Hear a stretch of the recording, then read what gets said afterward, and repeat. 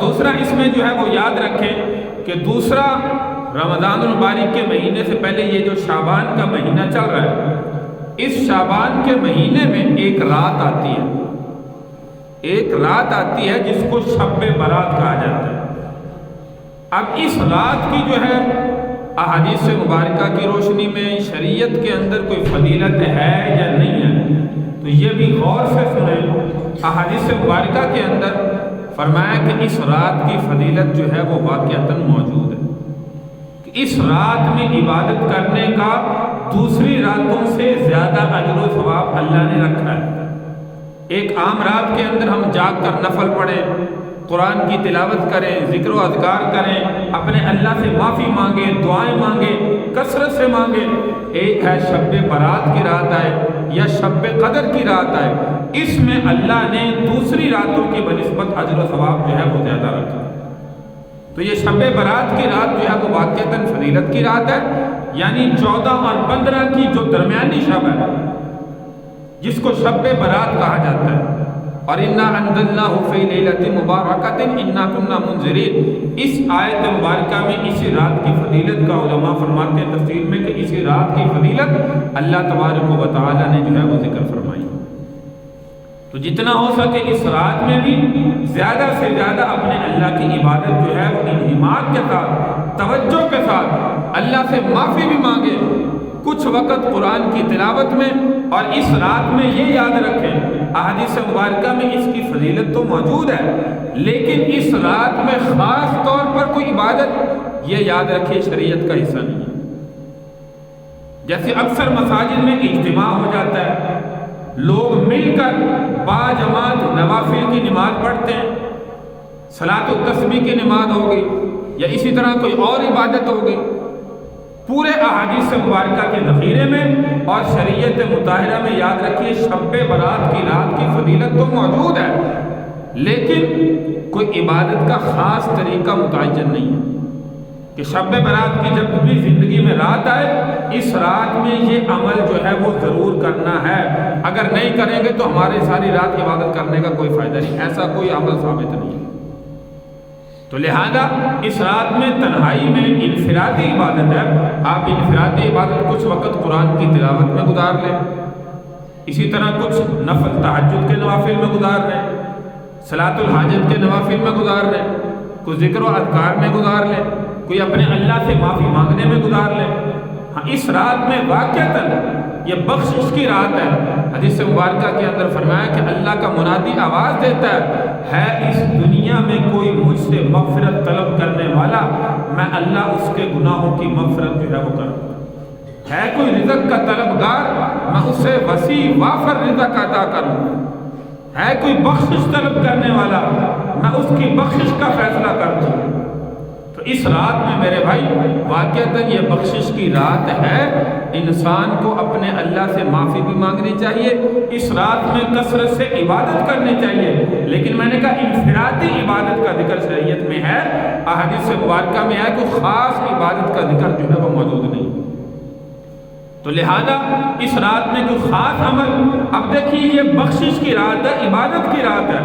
شیطان کو پتہ ہے کہ مسلمان اس رات میں اپنے اللہ کو راضی کریں گے، تو شیطان نے مسلمان کو اور کاموں میں خرچ کر دیا اور کاموں کی طرف منتقل کر دیا۔ آپ دیکھتے ہیں کہ شب برات میں بہت سے لوگ گھروں میں حلوے پکا رہے ہیں، اب شیطان نے اپنا حصہ تو ڈالنا ہے نا، کہ کوئی نہ کوئی حصہ تو ڈالوں کہ مسلمان اللہ کی عبادت سے غافل ہو جائے، اس عبادت سے ہٹ جائیں۔ تو لہذا کچھ مسلمان یہ کام کرنا شروع ہو گئے، اس رات میں حلوہ پکائیں گے، جو نہ پکائے ہوگا شب برات ہے تو نے حلوہ نہیں پکایا۔ اب حلوہ پکانا کھانا یہ کوئی عیب نہیں ہے، نہ گناہ ہے، عام دنوں کے اندر گھر میں پکا کر آپ کھائیں، کوئی جو ہے وہ گناہ نہیں، لیکن اس رات میں دیکھیے کہ اس کو ضروری سمجھ لیا کہ اس رات میں جو ہے یہ عمل جو ہے وہ کرنا تھا، لہذا تم نے نہیں کیا، یہ کیوں کیا؟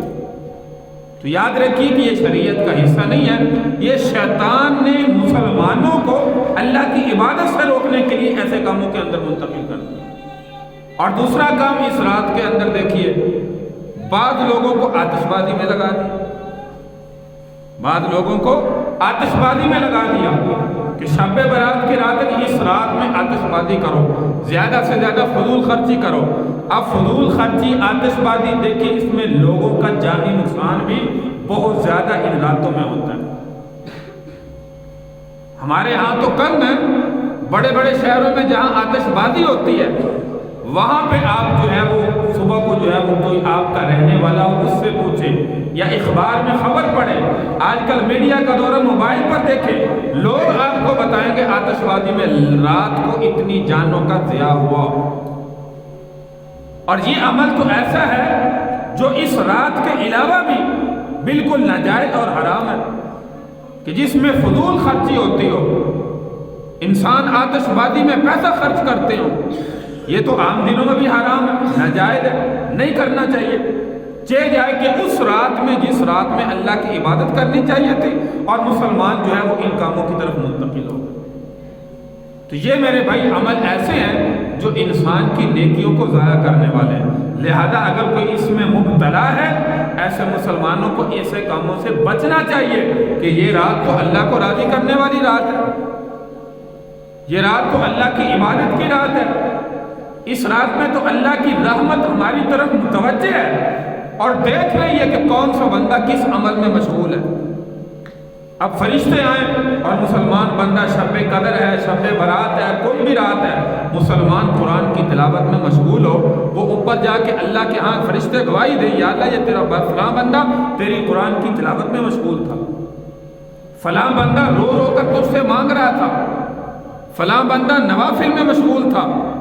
فلاں بندہ تیری عبادت کے اندر مشغول تھا، تجھ سے معافی مانگ رہا تھا۔ تو اللہ کہتے ہیں کہ فرشتوں گواہ ہو جاؤ، یہ بندہ خالصتاً واقعتاً مجھ سے مانگ رہا تھا۔ فرشتے گواہی دیتے ہیں یا اللہ ہم نے خود دیکھا، جا کر سنا، وہ بندہ تجھ سے معافی مانگ رہا تھا، تیرے لیے نفل پڑھ رہا تھا، تیری عبادت کر رہا تھا۔ اللہ کہتے ہیں فرشتوں گواہ ہو جاؤ، میں نے اپنے بندے کی بخشش کا فیصلہ کر۔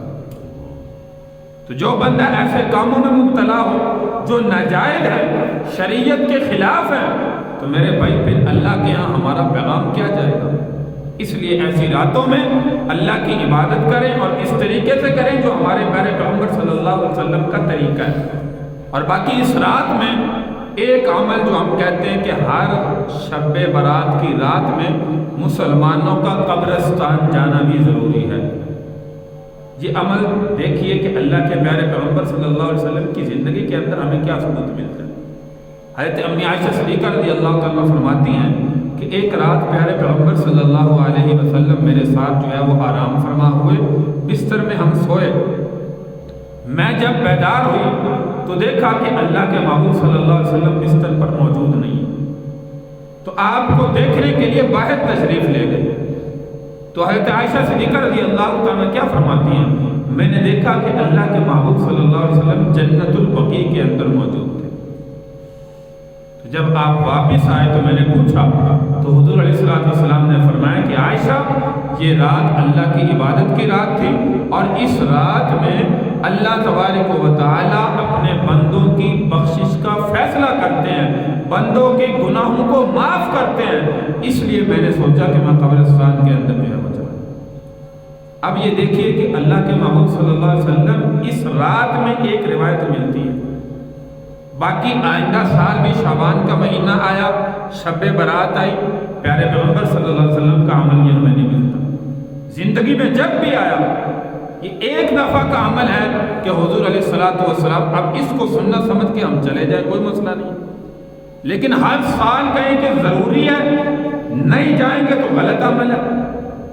یہی چیز ہے کہ شریعت کے اندر جو چیز جس طریقے سے ثابت ہے ہم اس طریقے سے مان کر چلیں گے، ہماری بھلائی ہے،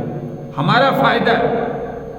اور اگر ہم اپنی طرف سے ایجاد کریں گے، نئی چیز شریعت میں شامل کریں گے یا نیا طریقہ شامل کریں گے، جیسے میں نے کہا کہ صلاۃ التسبیح کو کہے کہ بھائی عبادت ہے، پڑھنا گناہ تو نہیں ہے، اب با جماعت کرانا مساجد میں شروع کر دیں۔ اب اللہ کے محبوب صلی اللہ علیہ وسلم سے طریقہ ثابت ہے، ملتا ہے۔ حضرت ابن عباس رضی اللہ تعالیٰ عنہ سے روایت ہے اللہ کے محبوب صلی اللہ علیہ وسلم نے ان کو سکھایا ہے، لیکن کہیں پہ یہ ثبوت نہیں ملتا کہ اللہ کے نبی خود کھڑے ہوئے ہو، صحابہ پیچھے کھڑے ہوئے اور با جماعت صلاۃ التسبیح کی نماز اللہ کے نبی نے کرائی۔ انفرادی عبادت ہے، بہت بڑا اجر و ثواب ہے۔